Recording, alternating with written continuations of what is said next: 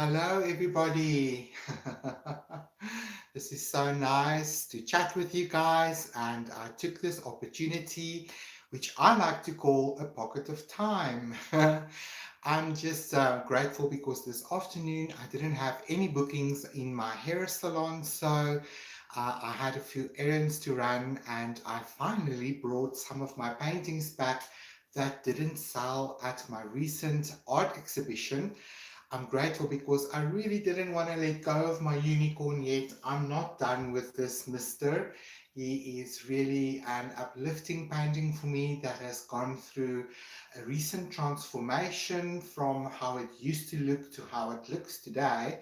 So let me just quickly pan my camera down for you guys. For some of you might have never seen my unicorn painting that is hanging in my studio.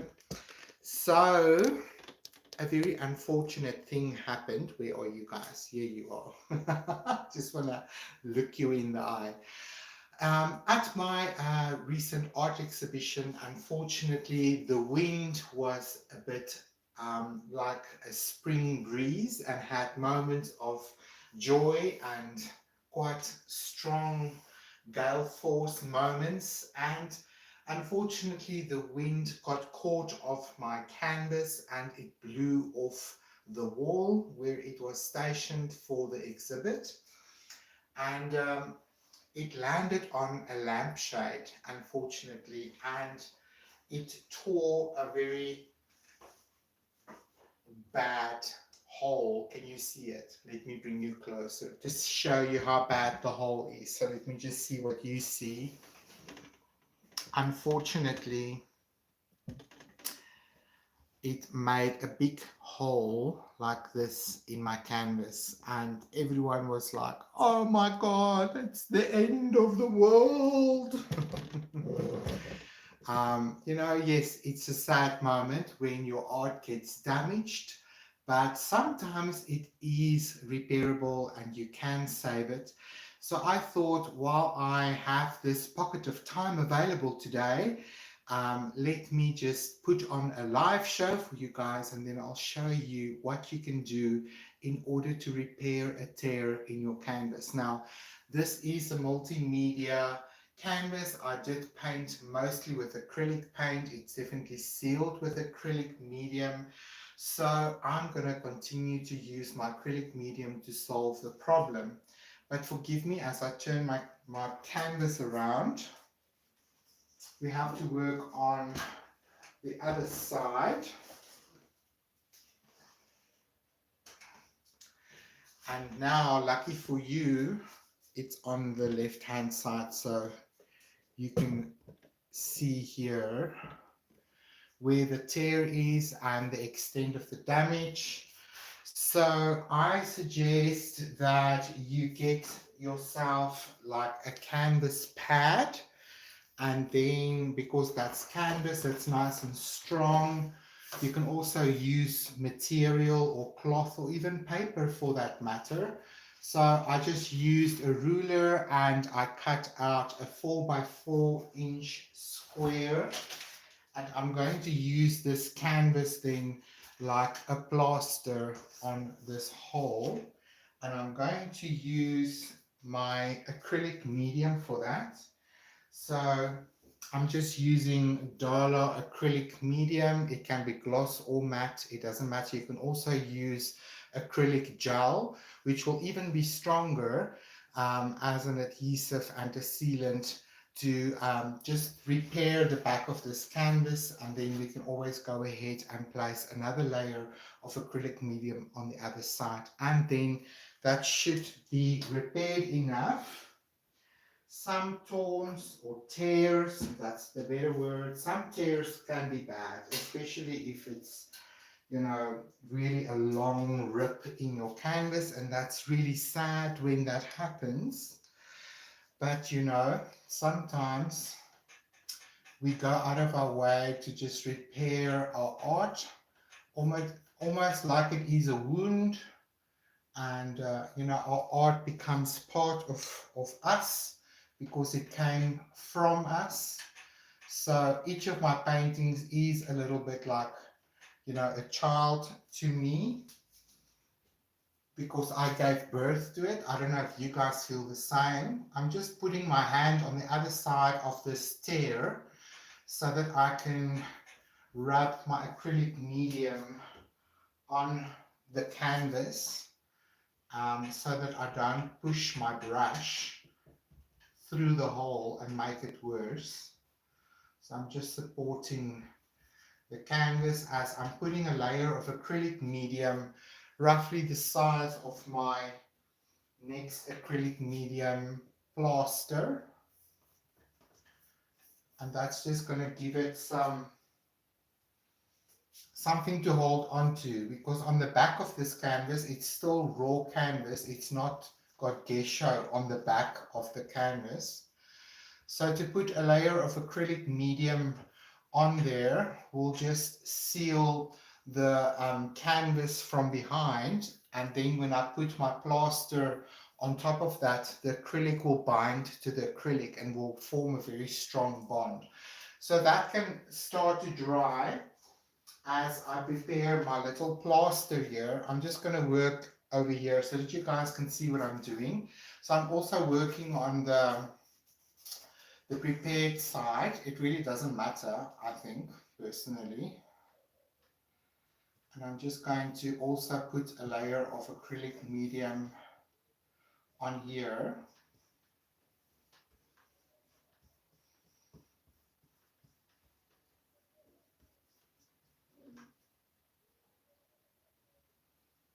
I'm going to go quite thick over here. Put down a good layer of it. It's okay if it comes out a little bit on the other side. We'll look now if it oozes through, because it will just be sealed on the other side. Acrylic medium dries perfectly see-through, so it shouldn't be a problem. And then basically what I'm going to do is I'm going to place this square piece of canvas right over my tear, and I'm also going to put acrylic medium on top of it and allow it to sort of make a complete seal. So it's sealed between layers of acrylic medium. And again, I'm just sealing it on both sides. I'm just firmly pressing this down, and I'm just holding my canvas on the other side so that I can press one finger on top of the other and just fill this little space with my acrylic medium. I know that sounds very monotonous. There we go. And now we can just allow this to dry, and this will become completely sealed. You might even add another layer if you really want to. But this little oak is just going to live with me. I think that is where this unicorn belongs.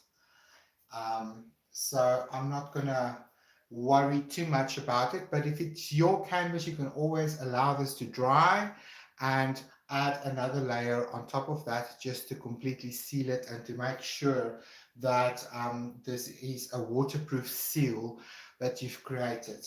Right, so I'm going to just turn this oak around again. Forgive me as I swing around, you guys,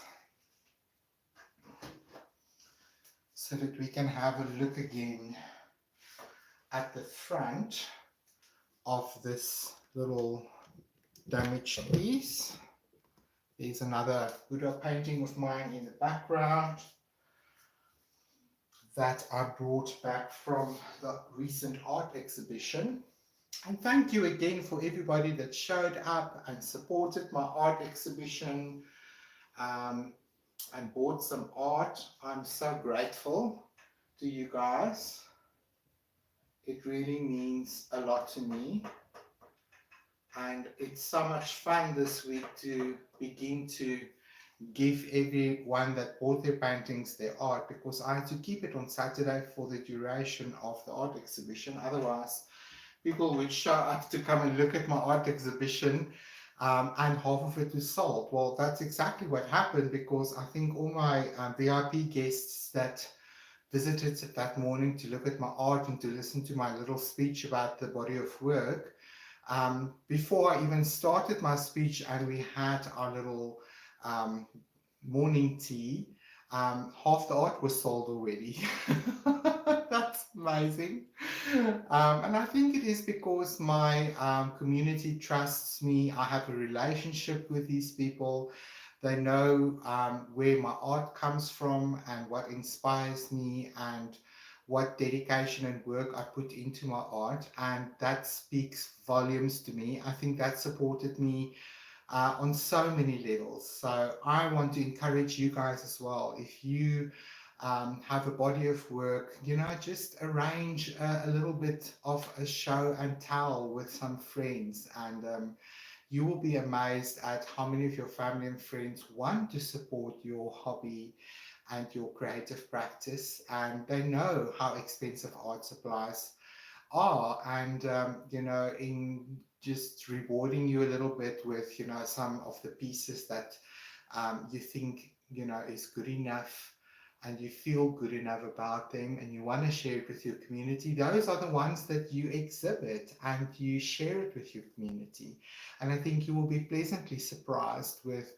how much love and support is out there. But I think as artists, and this was one of the things that I also went through preparing for this exhibition, was not feeling not worthy or not good enough at all. It was more a matter of feeling vulnerable in what topics you choose to paint. Like in my case, I really do love and enjoy painting the Buddha. And in fact, this coming October, I am planning to launch my first Buddhaful October program. So I want to teach everyone how to paint their own Buddha. Isn't that like the most amazing meditation? I think so. And to maybe that is a gateway for people to get into a creative practice because you might also enjoy that spiritual topic. And Buddhaful art is Buddhaful. It's Zen. It's a fabulous reminder to just be present, and that we can overcome the things that bind us and cause us suffering. So I think that is a beautiful teaching, and it is a beautiful way to sort of practice meditation. At least that is for me, because it is a mindful practice working with paint and brush. And I know for a fact that scientifically it's been proven that the artists attain the same frequency and vibration of that of a Buddhist monk meditating, because it is all about being present and being mindful. And if you, in those states when you create, then beautiful art comes forth from you. I think that's a good word. So, yes, sometimes we try too hard and we are perfectionists and we don't even get into it because we are perfectionists. But I'm hopefully here to remind you that perfectionism is such a waste of time and energy, and it is an unattainable, standard and goal. I encourage people to rather aim for excellence, and being excellent at what you do takes practice and it takes patience. So, perfectionism for me in my art world, I really feel is overrated. So, anyway, my blabbing on has now finally given this little layer an opportunity to dry a little bit and to set. So now what you can do is you can always just come in again with your color mixes. I will maybe even use oil pastel for that matter to just fill in these color gaps and to blend that seamlessly, because the oil pastel will also fill that little gap, and it happens to be one of the media that I work with. So I think as a suggestion for you, whatever medium you work in, that is the medium that you will then have to use again over the tear from this side in order to just blend it in. So unfortunately, if it is really a really bad tear, there is no way to repair a canvas really, to my knowledge, to such an extent where it will never be evident again. So unfortunately, sometimes you'll just have to repaint that painting. And I think that's why when we lose art in accidents, earthquakes, and natural disasters, and they get damaged in some way, it's so sad, because some art is damaged to such an extent that it is irreparable. But because this little guy is going to live with me, and I'm okay with what happened, and I feel I can mend this little spot to such a degree that when you look at it, you won't even notice it.